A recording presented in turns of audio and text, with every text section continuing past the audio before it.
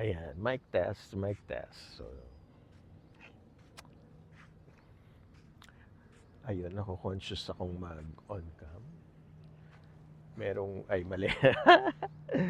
Asan ba yun? Merong eroplano sa ulo ko. Hanapin ko Asan ba siya? Yun. Hindi pala nasuzoom in ang front camera. Pero may eroplano. Nandito ako sa Microtel. Microtel Puerto Princesa. So, ah, ano ba yung kwento ko? Wala lang. Sabi kasi nila, kailangan ko na Okay, so ganito yan. Ganito. Saan ko ba sisimulan ng kwento ko today? Ah, this is my first day of work as a marketing executive for uh, Palawan Brewery. So, kumbaga, ako yung task ngayon para magbenta ng beer nila sa Palawan. So, yun ang chika. Tapos,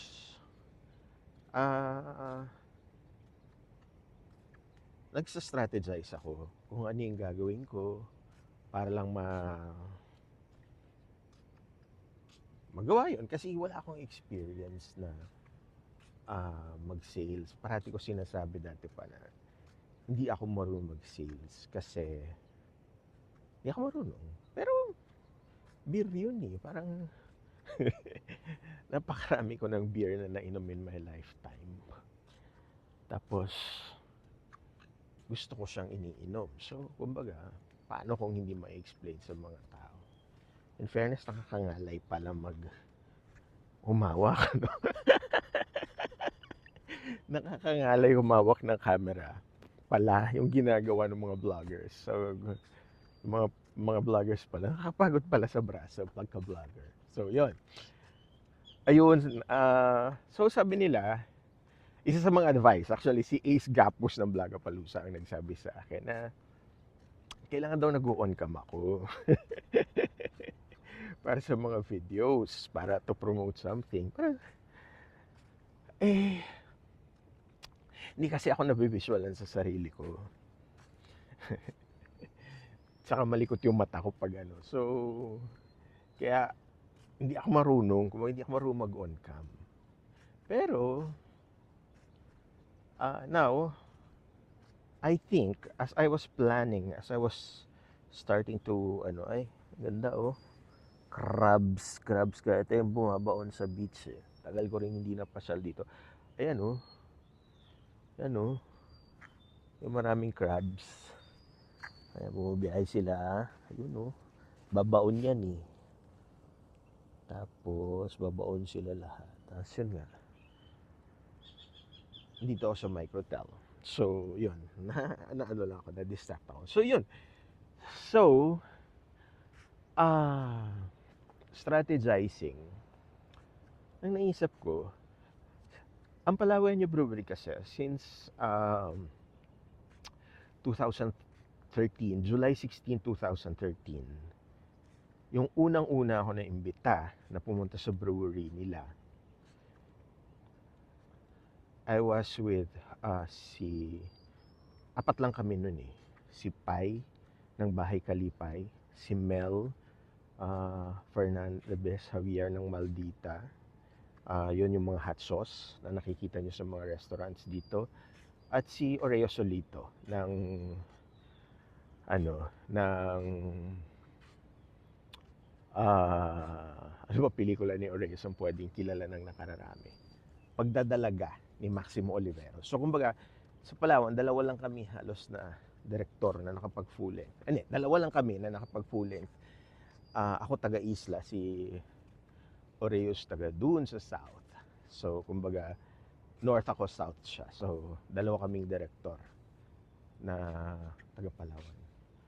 So yun, tapos yun yung ay wala na. Sorry, na-distract na naman ako kasi ang pinupunta ko talaga dito madalas. Etong mangrove na to, may tree house yan dati eh. nawala na. Isang plank na lang yung naiiwan. Favorite spot ko to eh. Dito ko dinadala minsan yung mga kaibigan ko. Pag pumapasyal ng puerto na hindi na namin kayang lumayo. Yan, dito ko dinadala. Pero wala na pala. Yan, sa likod ng hut na yan. Sorry guys ah. Sorry kayo. Kahit yung gamit ng guys. Naku, makakasanayan ko na to. Yun. Tapos, asa na ba yung kwento ko? Um, ano ba? So yun, so si Oreo, so yun, magaling pumili ng casting tong iimbitahan. Yung pala, yung brewery, ano sila, couple, na parehong female. So kumbaga, so that, yung araw na yun, yun yung unang-unang beses nilang nakabuo ng beer na ready for tasting ng sino man. So kaming apat yung naimbitahan. And that started our friendship. So for the past 12 years, I always go to the brewery. And for the longest time, na pumupunta ako doon, parating ang kahalubilo ko, mga turista. So, bibihira lang na may locals doon. So, pumupunta ako sa brewery, hindi para uminom. Pumupunta ako sa brewery pag nalulungkot ako at gusto ko ma-reassure yung sarili ko na nasa Palawan ako for the right reasons. Kasi,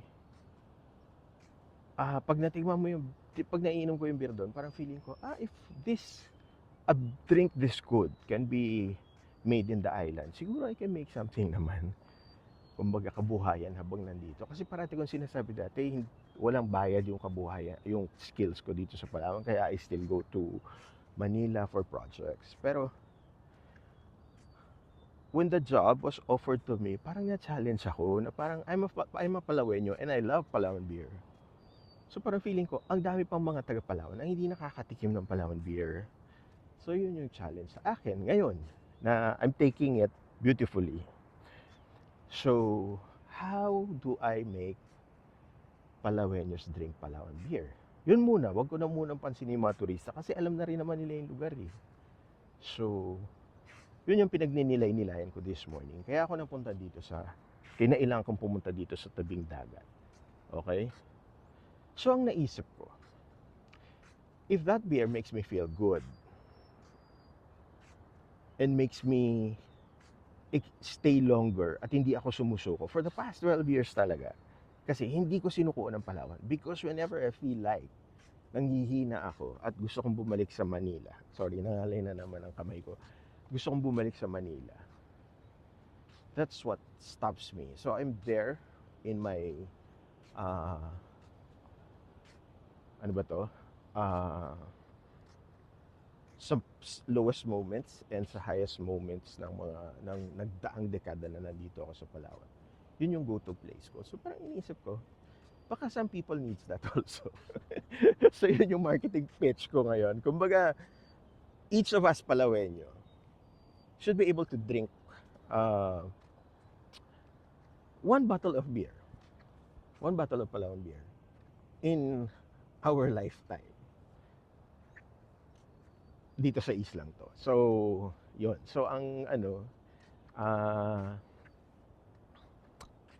what do you call this?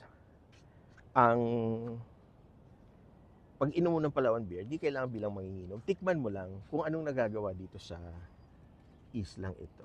So, bahala ka kung iinumin mo siya sa pinakamasaya o sa pinakamalungkot na point ng buhay mo. Pero, just always have one beer ready to celebrate or for moments na kailangan mo himayin ng emosyon mo. So, yun ang pitch ko ngayon. I'm pitching it to everyone who's gonna be able to watch this video. Just buy one bottle of beer from me. From me. Kasi may commission ako dun eh, para magawa ko. Kasi may, this year, I'm activating the Palawan. The Palawan, na one word, was my pandemic project. It's I created an app na centralized hub siya for anything that you need in Palawan. Because yun yung problema, when you land here as a tourist, wala kang makitang isang hub for everything that you need to know about what's happening in the island for the day. Kumbaga, so yun ang goal ko. May plane na naman. Nasaan na ba plane? Ayun. Yun, lumilipad siya yan. So,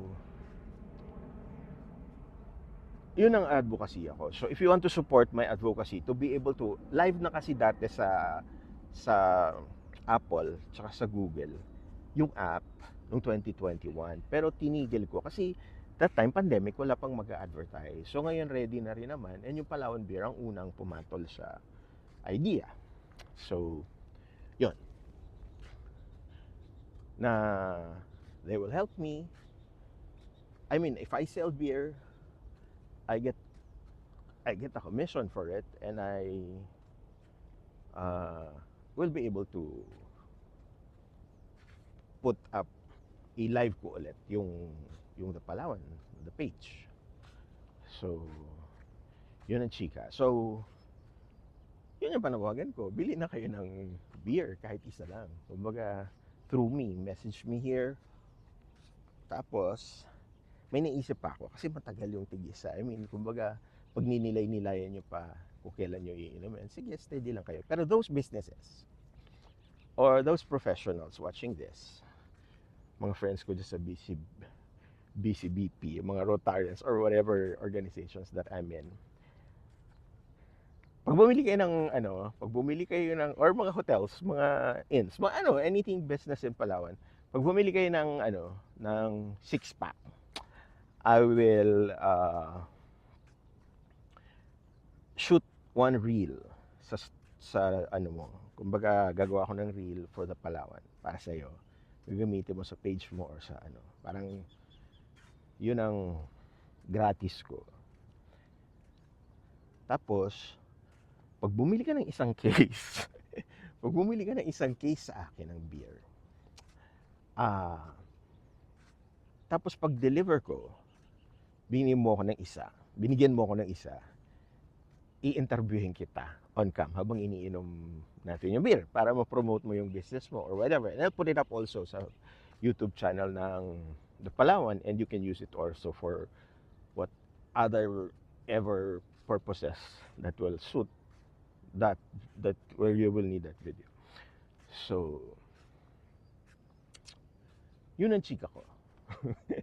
Na kinailangan ko mag-on cam. Mag-on cam na ako. Kumbaga, kasi pagkahatid ko kay Nining sa school, at yung naman yung ko, pagkahatid ko kasi kay Nining sa school, ng 6:30 ng umaga, pag pamalengke ko, didiretso na akong pamalengke. Tapos uuwi ako, tapos magkakape, tapos nanhihiga ako. So, napapagod na ako kakahiga.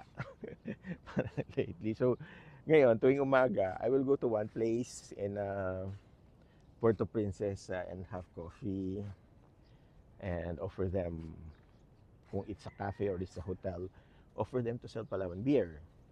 Tapos, yun nga yung ex-deal ko, buy 6-pack, and I will shoot reels. One reel for you. Parang at least one. Kumbaga, depende na lang yan sa chika natin. And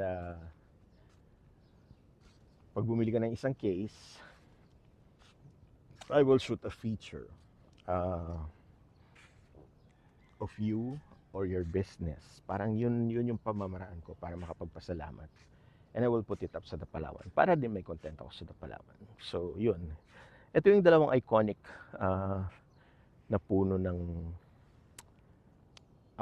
mangrove dito sa Microtel, na favorite ko nakikita. Yun, so ang haba ng chika. Ganun pala yun. So mapapahaba din naman ng chika mo. Pero pagod na yung braso ko. So maraming salamat sa mga nakaabot hanggang dito part ng video. I was doing it before pero may camera dati. Ngayon kailangan impromptu lang to kung saan ako mapapadpad at sa ko maramdaman mag-shoot. So ako na muna. Handheld na muna tayo. Yun nga, nasa likod ko yung dalawang iconic mangroves ng Microtel. And I'll go back to that restaurant to have my coffee na. Magandang umaga.